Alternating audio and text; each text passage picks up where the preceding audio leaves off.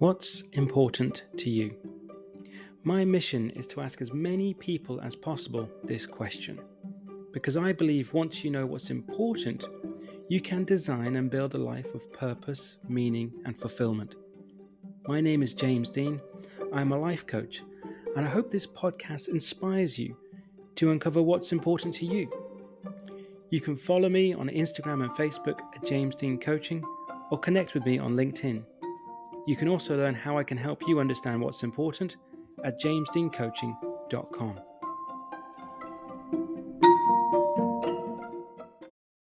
Needed until when in 2015 he met a group of individuals who supported him and guided him on what it took to be a triathlete. Since then, he has participated in many different triathlon distances, including 6 70.3 Ironman distance races. His goal is one day to complete a full Ironman. He encourages everyone to follow his relentless journey on Instagram as he trains for his next big event. Today, we find out what's important to Stephen Gonzalez. Got it. Got it. Ooh, so fancy. Hi, Stephen. Thank you so much for chatting to me today. Absolutely. It's my pleasure to join you, James. Thanks so much. So we're going to dive straight in, and I'm going to ask you, Stephen, what's important to you? Wow, that has changed so much over the last 10 years. But what I've learned that's most important to me is having that balance. When I mean balance, the balance between your personal life, which is your family, your partner, your kids, to balance with what we love doing. For me, that is training, to the balance of work. You know, we work so we can have the other balances. I actually look at it pillars. As long as all the pillars are balanced, the foundation is solid. Sometimes one is a little bit higher than the other or a little lower than the other, and that foundation actually moves, and it's hard, it's not stable. You know, it's something I work hard every day at doing, is finding that balance. You know, there's been times in my life where work was 80 hours a week. It wasn't healthy for me. I didn't have the balance of the family, personal side, gosh knows not the training side, but I have learned and taken a step back from working the 80 hours to finding something that I love. And, you know, leaving a resort operations role, manager role after 19 years was a little scary. But I said, you know what? Let me take that leap of faith. You know, let me not be exhausted both mentally and physically every day. Let me find something that I love. And, you know, ever since I started riding, I was like, I want to work in a bike shop. And we had a locally owned bike shop that always was supporting me, the community and everything. And they're like, we'd love to have you. And I was like, this is like that dream you're finally living. And it was like, absolutely, you know, but, you know, it's just been an experience to hear everybody's stories, to hear what got them into cycling, or they've always wanted to, or I've never been able to. And you make those things come true. And then that balance is, I go home and I'm feeling good. You know, it's not that I go home and then work another 2 hours. No, when I leave, it's great. The part where, you know, mentally and physically, I'm able to train now more. At the house, I'm able to see my wife. You know, it's just, it's amazing what you have that, you know? It just, it energizes you. And yeah, it's fantastic. I love that. It's a brilliant way of where you put it there, and that word of, because I think that word as well, balance, can be thrown out there quite a lot when people are talking about the whole like I don't know, work-life balance or balance. And I think it means different things to different people.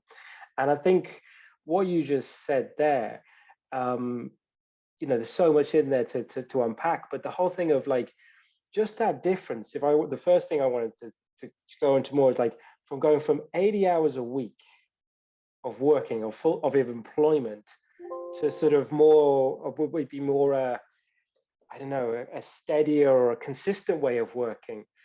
What impact has that had from the outset? That sort of just the hours. Wow, just the hours alone. I mean, to even start to get to work was almost an hour commute one way. It was like 40 minutes. And, you know, that's a lot of time if you think about it. Driving home was almost an hour. So that's almost 2 hours a day I was in a car. Yeah. Was I productive? No, yes, I found things to do, listen to podcasts, listen to books on tape, but to sit in a car for 2 hours, you think about that times X times, significantly. But even to the part where I was working 12 to 14 hours, then coming home and working and just exhausted. So now, I have a great schedule. Really, I work 9:45 to about 7:15, and my commute is 5 minutes.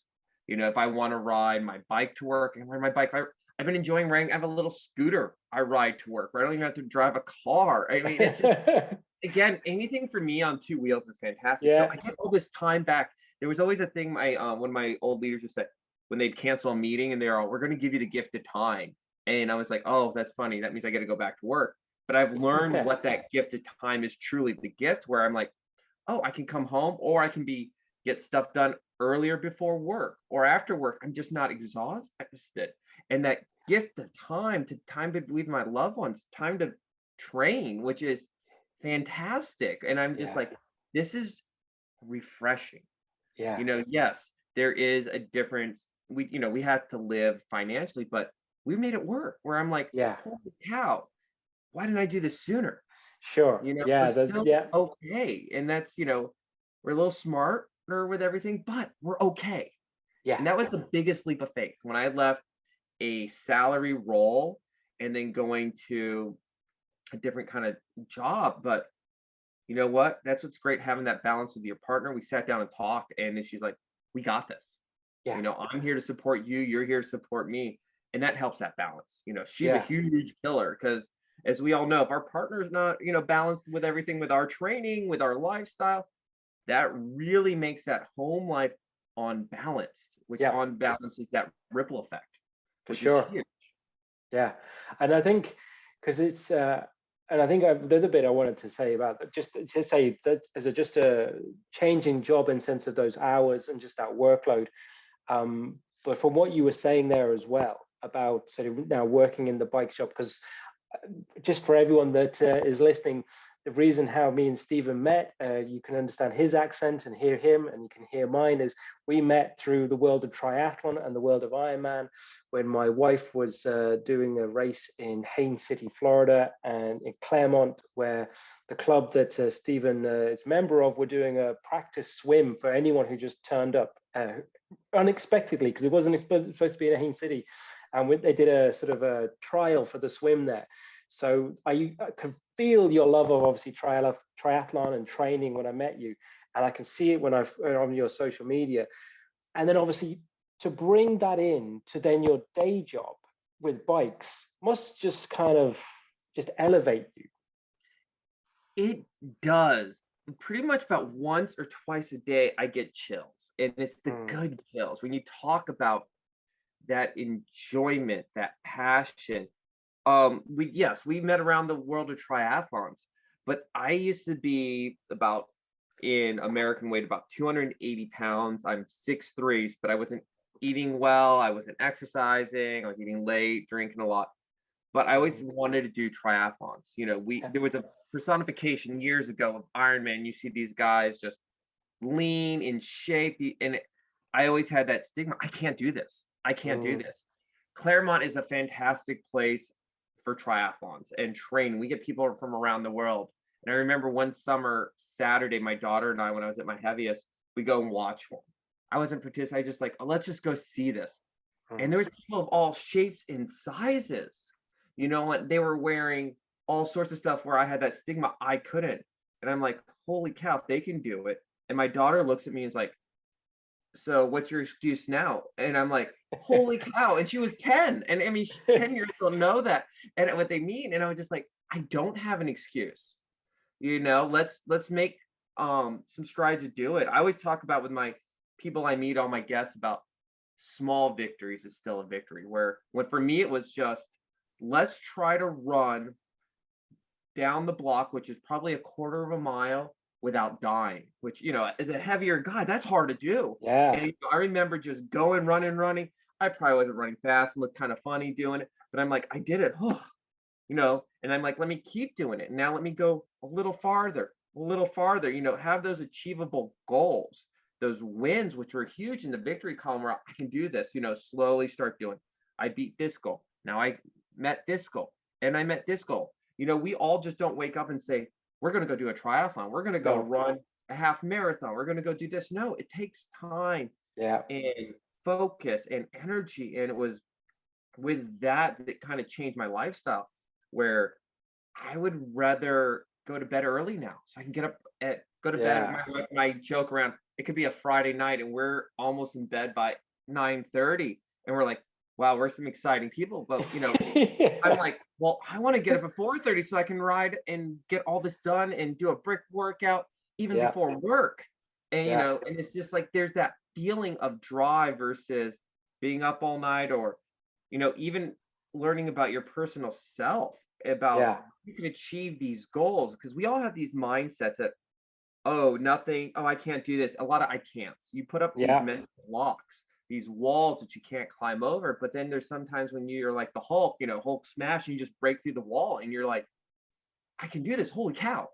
Yeah. I've told myself so many years I can't. And Yeah. that's something everybody has a mantra, like what Yep. kind of keeps them going. For me, it's relentlessness. Be relentless in training, in work, in your personal life, and with being relentless, that's just going all out, Yeah. living relentlessly. Is it relentless that I went to work today? It could feel that way. Yes, it was relentlessly that I woke up when it was hard, got my butt out of bed and put on the stupid shoes and ran. And I tell so many people, they're like, how do you do this? It was so hard. I'm like, the hardest part is that first 5 seconds when that For alarm goes sure. off. Because it's Yeah. wicked easy. Snooze. Yeah. But it's like, there's a person in the US called Mel Robbins, and they have a Yep. 5-second rule. You count down from 5, and you kind of talk yourself off that ledge, where I'll find myself a lot of time at like 4:15, that alarm's going off.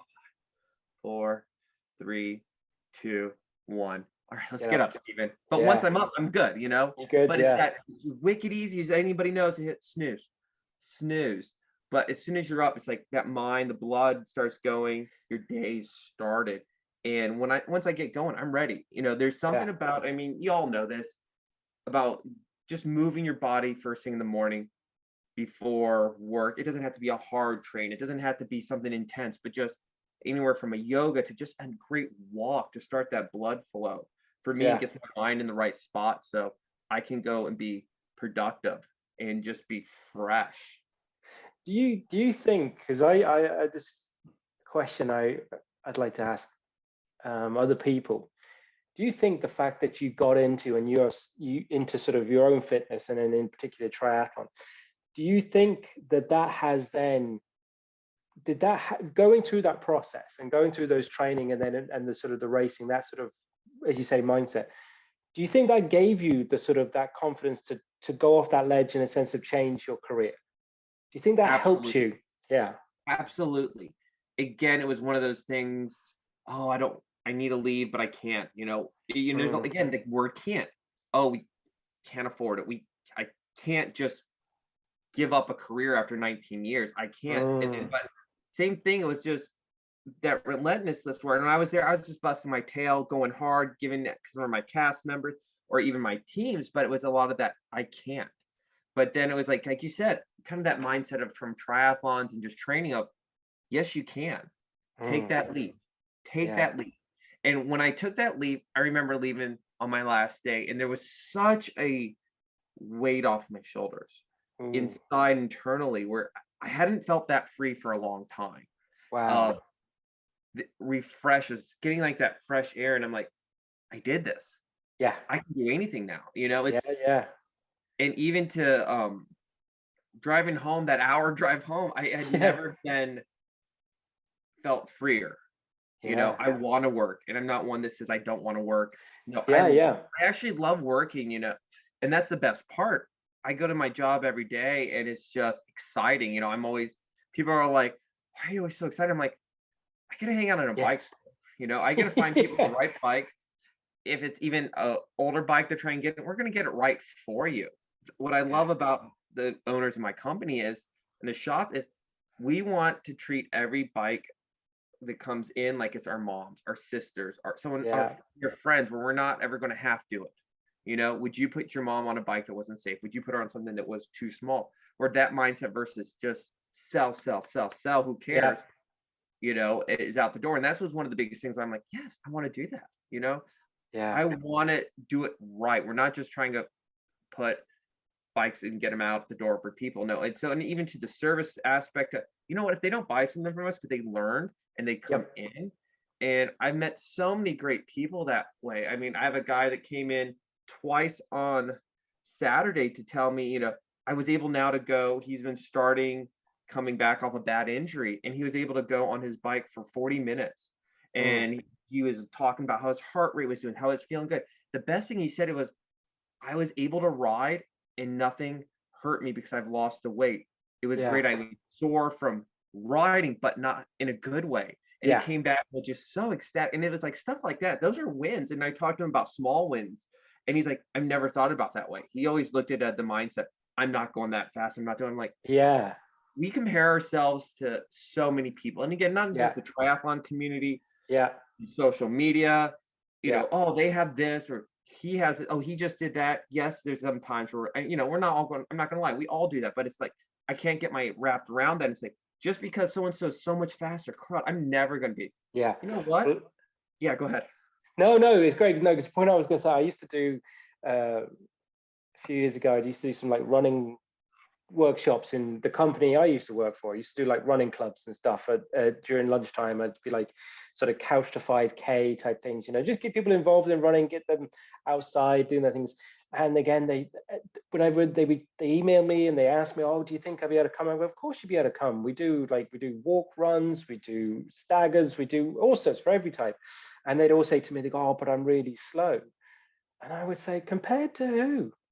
Compared to, you know, Mo Farah, will you know, Kipchoge, you know, compared to Paula Radcliffe, compared to Bolt, you know, we're not competing. We're just going out. Like you're kind of, you say that people get into that sort of thought process of thinking, or that mindset thinking of, immediately it comes back to, I think what you've said a few times, this thing, I can't. And the reason they say I can't in there is because they've immediately associated with running with an image in their head of someone who's, you know, brilliantly lean and got perfect technique and is just, you know, absolutely amazingly doing it. But it's kind of like, it's not about other people, it's about yourself and what you're able to achieve yourself. So that's the sort of thing I try and get for people. It's like, it's not about anyone else, it's about you if you're getting into this sort of stuff. Absolutely. I say the exact same, but I tell them, you are doing so much better than everybody else who said, I wish I could go, or Yeah. I want to do this. Show up. Yeah. Again, we all have so many stories. I have a good friend now, and he had kind of a mindset like me. He reaches out to our local tri club and he wanted to learn about him, but he was like, I don't know if I can do this. I don't know. And I'm like, just show up, meet the Yeah. people. That's the hardest thing, is showing up and being new. But Yeah. what I love about when I helped launch our tri club was, it was about inclusion. It was about encouragement, never discouragement. You know, oh, Yeah. you've been doing it for so long. Okay, but we all started. And you know, we don't have that mindset of, oh, you're slow. No, we'll wait. My Yeah. very first time going out and trying, once I said I want to do it, I didn't even have a jammer. I was wearing a cycling bib in swimming in the water. And if anybody's ever done that, it's like swimming with a sail. You know, I was the Yeah. slowest one. I hadn't really swam in years. Then the bike course was this small 2-loop course. I got lost. And, you know, and again, I look at it, laugh at it now. And then it was a 2-run course. You know, I ran and pretty much walked. But these 6 guys who put this on waited and probably an extra 25 minutes and just clapped me in. And I was like, holy cow, I'm Mhm. dying here. These people didn't have to wait for me. You know, Yeah. I have no clue what I'm doing, but they waited, they cheered, and it was like, this is what it's about. Yes, it was a Yeah. suffer fest, but it was a great experience. I want to do this Yeah. again. And that none of these people ever said, oh, Steven, you're too slow. Oh, you're swimming in this, or you're too big. Never. They were Yeah. like, welcome. And these Yeah. people are still my friends that I train with many years later. And Yeah. you know, they'll come and say, Steven, I remember when, and I'm like, I can't believe I've come this far. you Yeah. know, and that was the thing. And it was just like, holy cow. And that's what I love about that whole relentlessness. It's like, Yeah. let's not give up. Giving up super easy. Yep. Staying committed. Now that's the hard part. Yeah. One of the things that I think is really sort of interesting from you now working in the bike shop is because with the times that we say we've met in person and because we met in Florida, then we were able to meet up again when we myself and my wife came to Augusta to do the triathlon there. One of the things that always came across the few times we've met is just how welcoming you are, how friendly you are. You the instant want to connect to people. So which in theory you think that works well with the old job in that sort of hospitality, if you want to call it that sector. But what I find interesting from what you just said is like you found that same thing, but in the bike shop. It's still about people in the end, isn't it? It is. It's always about people. And that's something, I mean, for everybody who goes to bike shop, there's kind of, oh, it's a bike shop, that kind of not laissez-faire, but just, oh, it's a bike shop, not super formal. But I always talked about this with my employees in the resort world, that you don't make it transactional, you make it an experience. Yeah. You don't want to just, same thing at the shop where, yes, they may come in for this or come in for that, but let's make it an experience. As we know, anybody that's a business owner, there's a lot of choices out there, but Yeah. we want them to come because of that experience. And that's what is so great. And I've taught that to my team there and changing their mindsets. But yes, that's what I brought out of the hospitality that taught me that. Because Yeah. even in the resort world, I'll make sure that every family has that experience. When there's a long line of people checking in, where I make my team not next, no, give that individual time. Because as a person, me and you, we all want that experience. We Yeah. want you to give me that time because I'm putting forth my hard-earned money. And I always respect that because I know how hard it is to earn it. So I truly tell everybody thank you. And I truly mean it because there's a lot of choices, but they chose to come here. We got people that drive 40 minutes to come to our bike shop where there's probably one or two other bike shops or brands out there, but they want to come to us because they know that our reputation, we won't do them wrong. We'll do the right thing. Yeah. And that means a lot to me. And that's something I learned, I mean, at a very young age from my father and mother. And it's just something I taught to my daughter. And I try to teach that to all my teams of do the right thing. Yeah. And sometimes the right thing's not the easiest thing, but it's the right thing.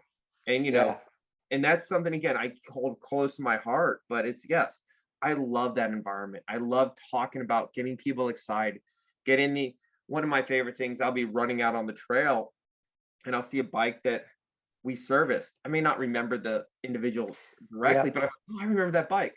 Or I'd see guys out there waving me, Steven. I'm like, oh, what's going on? That they actually remembered me.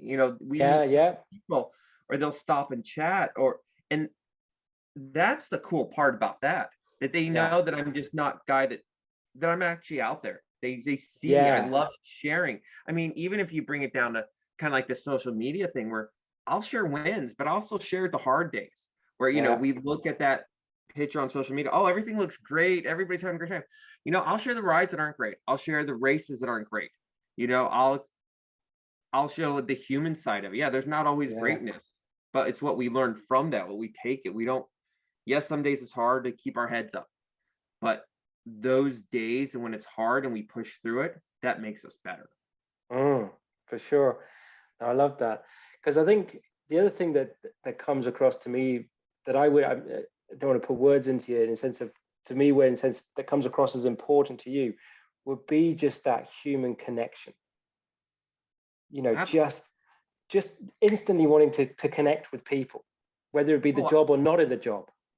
Absolutely. I get that from my father. My father can make friends with anybody. We could be in line on a trip and he somehow finds a conversation and making that connection, because there's something that we're all linked together. We can have, like me and you and your wife, we have totally different backgrounds, different sides of the world, but a sport brought us together. And that's amazing. And for people always have, again, the stigmas of, oh, I don't know this person. Don't be afraid to know them. You all two might have the same TV show or enjoy the same kind of a hobby.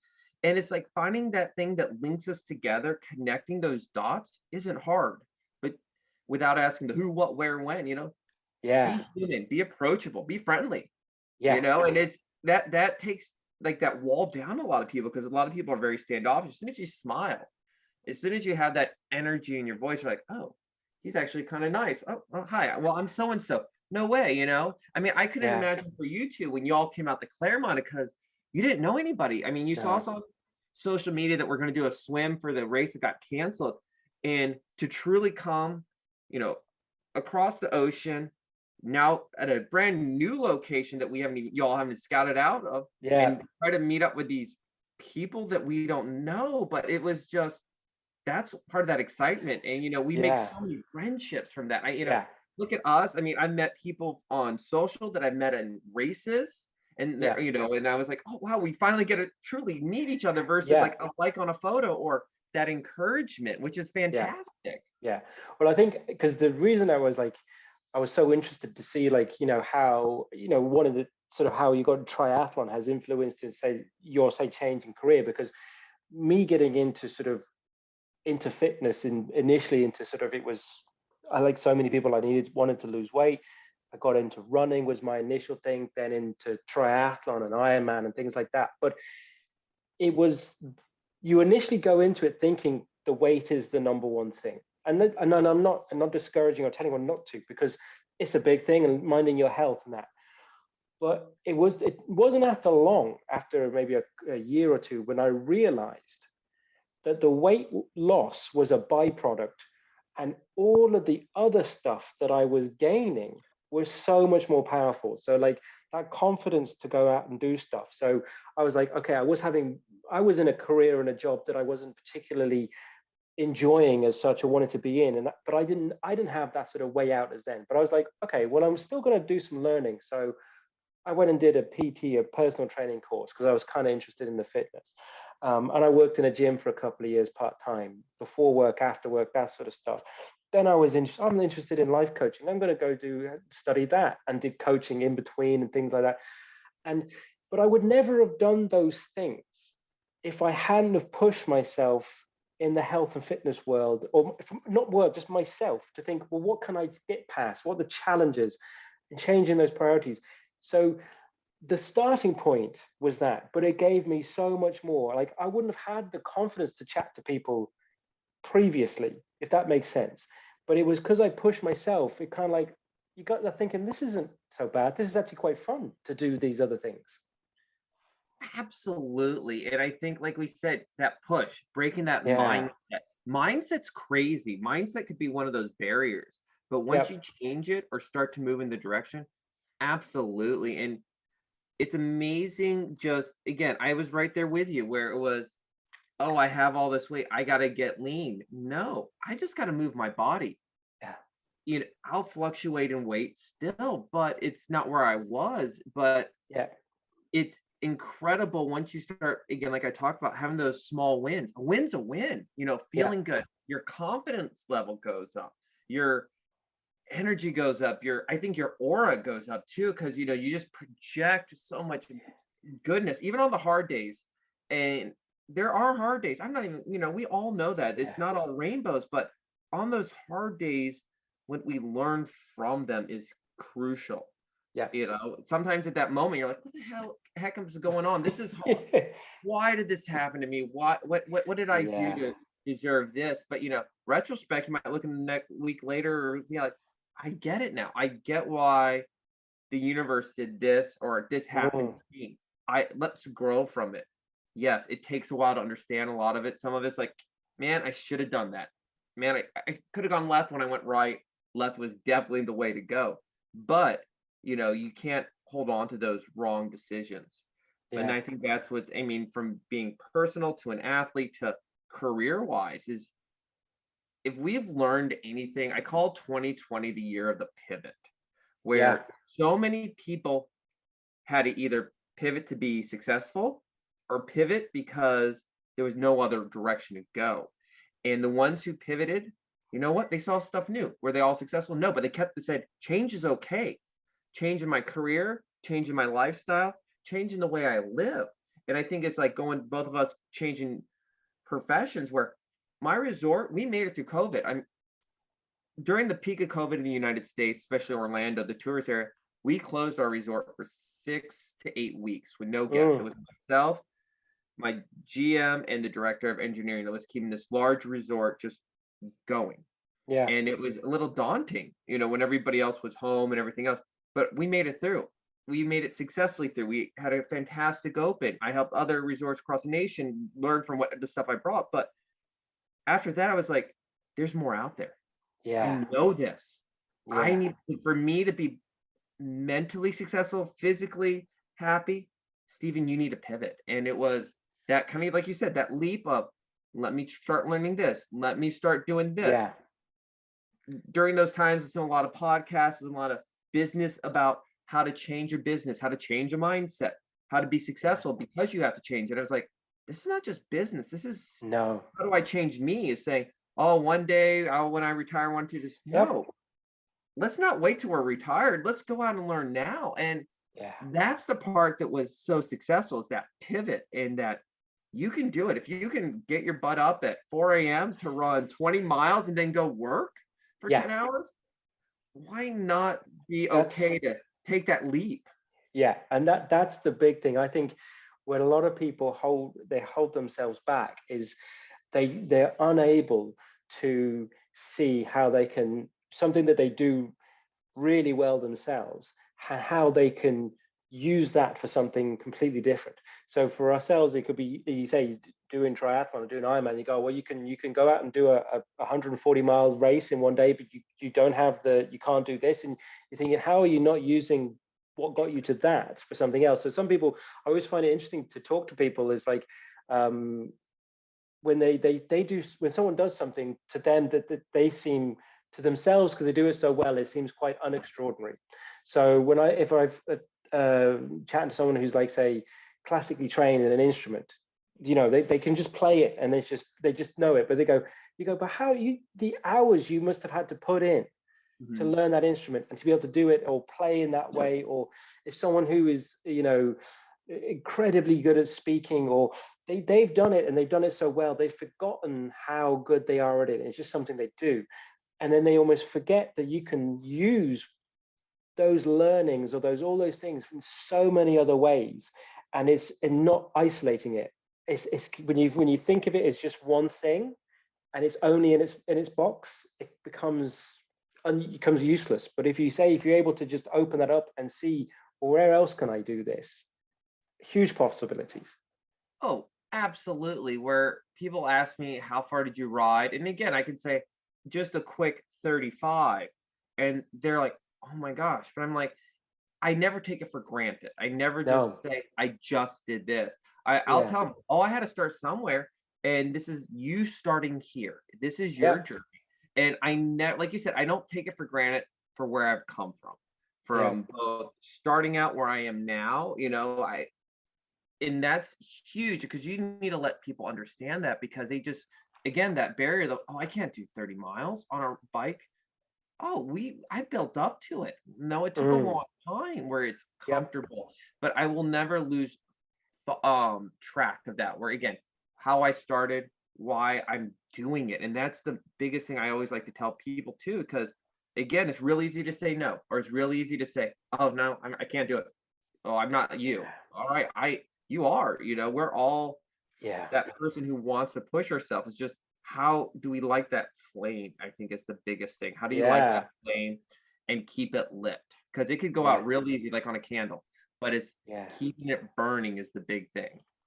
Absolutely. And I think that sort of finding that, as you say, that why, um, and it's sort of like bringing it in senses to personal to you. And I think what's really interesting, going back to almost what you said at the very start, in a sense of going back to that sort of idea of balance in your life, because by you sort of reassessing, almost like you think, oh, where am I, and sort of like, I'm gonna, and then bring it into the whole thing of pivot. It's like, you were, by changing what you changed, the occupation, the job, you've really sort of prioritize those things that are important to you, so you can keep those things lit. because realistically, like, doing that sort of 80-hour a week, 2-hour commute, and trying to do those things that really lit you up, like, for example, triathlon, and then spending time with your family, all those sorts of things. There's only so much time and energy you have. And so by making what can seem as some big changes, it's allowed you to do more of the things that you really want to do.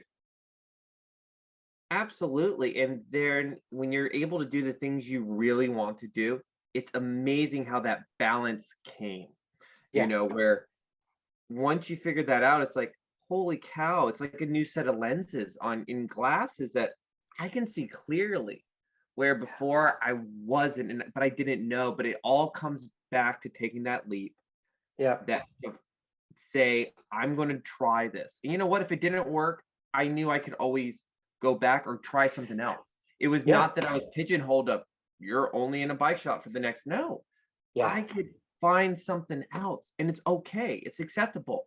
The days of, I feel, like our parents, oh, they worked in the same job for 30, 40 years is gone, where it's okay to change a career path. It's okay to change your mind and do something different. yeah, And I think, absolutely. again, changing that mindset in the culture where people are, yes, I want to change. I want to do this now. I've always wanted to try it. And I think that's where people are hopefully finding that balance, that pivot. And I know it's been not an easy transition, let's be honest, but it's been a good transition.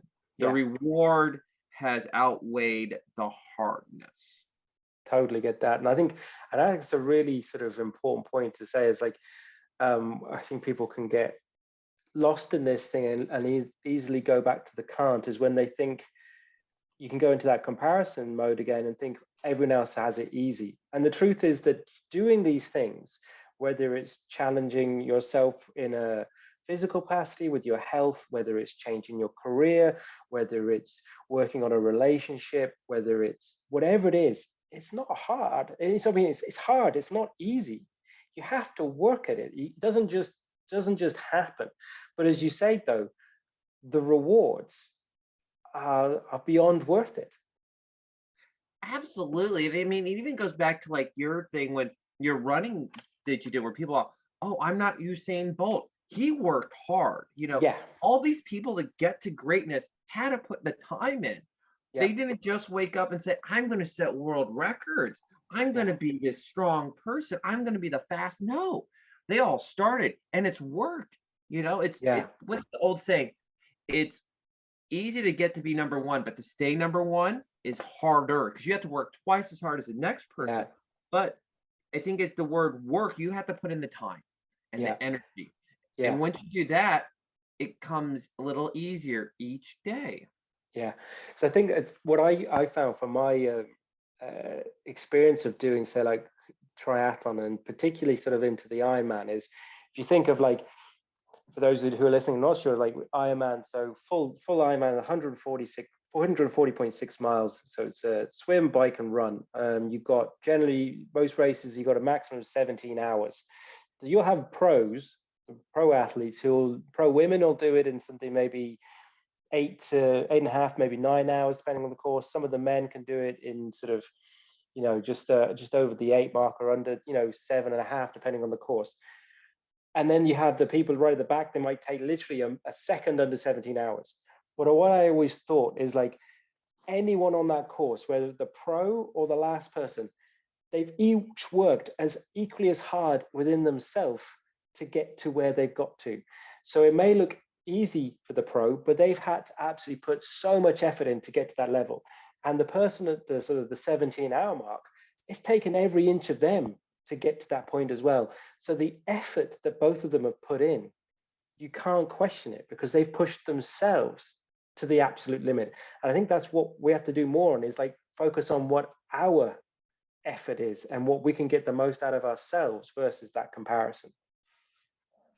Absolutely. And it's kind of, it goes back to that. It's you versus you. That Yeah, I am going to push myself and push myself to be better. No one pushes themselves to be worse. No, they push themselves to be better.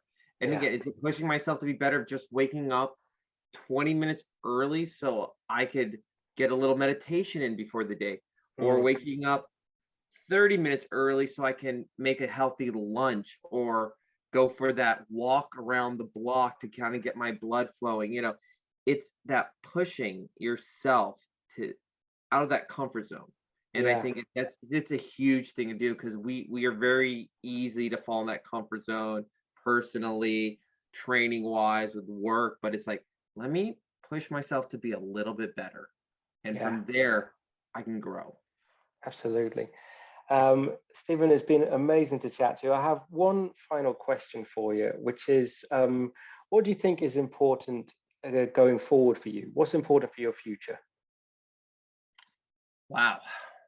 Yeah, It is what's important for me is to maintain my balance, to yeah, be able to keep my pillars balance of family, training, and work, where I don't ever want to go back to where it was.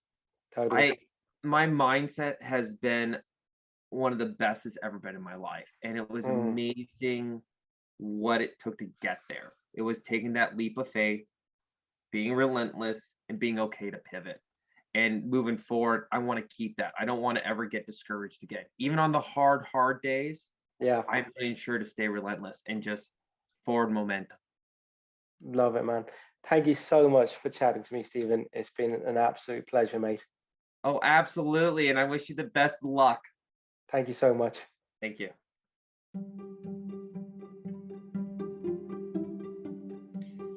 Thank you for listening to What's Important to You. If you enjoyed this episode, please like, comment, and share. And make sure you subscribe so you don't miss out on any future episodes. Again, you can follow me at James Dean Coaching on Facebook and Instagram. Connect with me on LinkedIn or find out more about me on jamesdeancoaching.com.